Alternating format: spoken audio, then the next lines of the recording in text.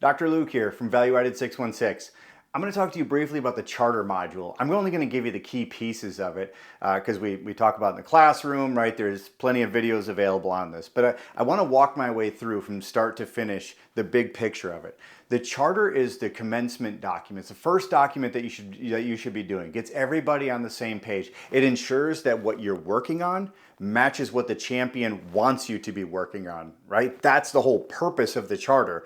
Here's the problem we were assigned to solve, and here's the document that says this is the problem that we're solving. So we're working on the right problem for the right reason at the right time. And that's also outlined in the business case. In an organization who's mature, you should be receiving the business case from your champion and sponsor or coming down from your master black belt. If you're at the level 1, 2, or 3, you really should not be writing business cases. You shouldn't.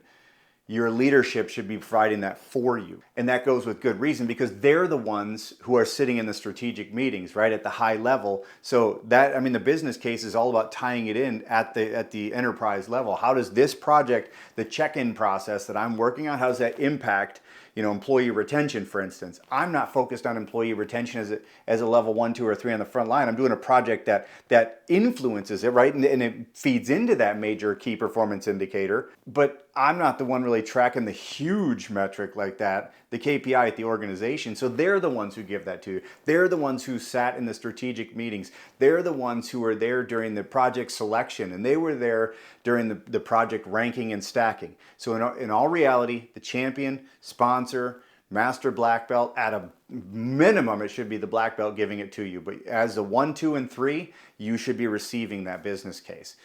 Levels 4 and 5, yeah, you'll be writing it at 4 and 5. You're probably part of the process and very influential in writing it. But in the problem statement then, that's a little bit more specific when we get down to it. What exactly is the problem we're working on? I try to say just keep it to 3 sentences. Be very clear, concise, and precise.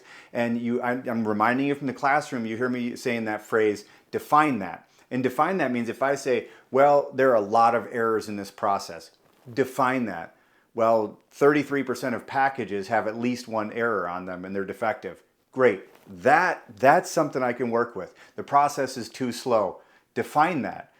Okay, well, the process is taking 3 days and it's supposed to take 1. There you go. Do you see how much more powerful that is? Hey, 33% of packages are defective and it's taken us 3 days and it should be 1. That's a very, very powerful statement. Now, of course, that's not clean enough to be an actual problem statement, but the point is, you see what I'm saying with that, define that. So just make sure in your problem statements, that's my reminder and my big takeaway from problem statement, be very, very clear in it. And then when you get down to your goal, now you'll see some charters say goals with an S and other goal.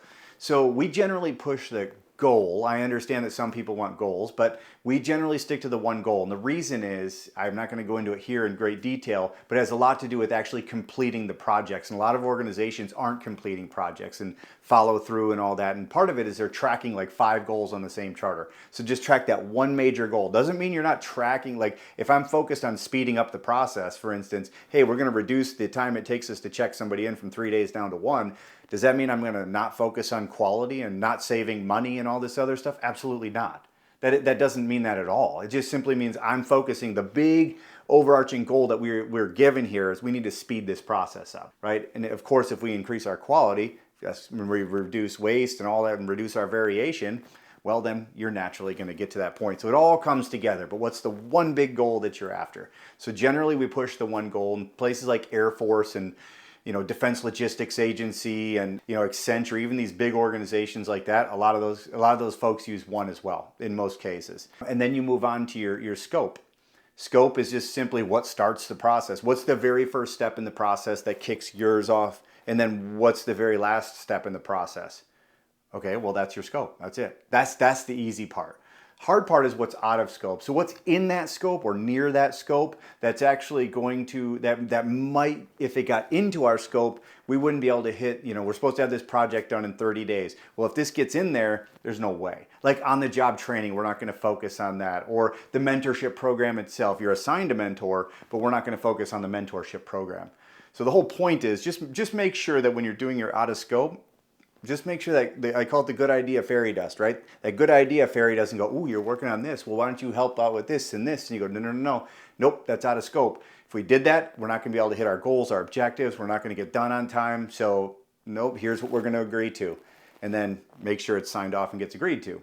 And then getting your timeline on there. Very important. When are you going to start? When are you going to stop? You know, breaking it up by those milestones. When are you going to have your charter done? Your define phase, measure, analyze, improve, and control. When are you going to have all of those done? Right? Just list those out and then get your champion and sponsor and probably your team leader signature. But really, I mean, the highest signature on there is that champion. That's critical. Making sure you have the champion. Because remember, this is, back to the purpose of it, making sure we are working on what the champion actually wants done. So the point is, champion signature is the highest signature on there. Now, can you make amendments? Absolutely. It's a living, breathing document. It actually gets, you know, updated as we do voice of the customer and we start collecting a little bit more data and stuff. So it's living and breathing. But I generally want to see it done by about the end of the define phase. That's the rule of thumb. But we need to get it signed off pretty quick. And if we need to make amendments, we can. Just remember, if you make more than 2 amendments, we generally suggest just scrap that charter and start another charter. So generally 2 amendments, and only a champion really needs to sign off on the amendments. But those are the key pieces that you have from the charter. Just make sure you're being very clear, concise, and precise. And if I hand this over to somebody else, if I were to walk over to somebody else in the organization and hand them this charter, they should not be able to misinterpret it. Make it so that it is not able to be interpreted any other way than how you designed it to be interpreted. That's really the key of this. So if you hand it to somebody who's not associated with the project, you just give it to them and they're like, oh, we're solving this, or we're trying to solve this problem, and here's what we're working on. This is the timeline, this is the scope and all that. And you're like, all right, good. Now I have a charter that I can use. I hope this helps create your charter. I hope to see you in the classroom.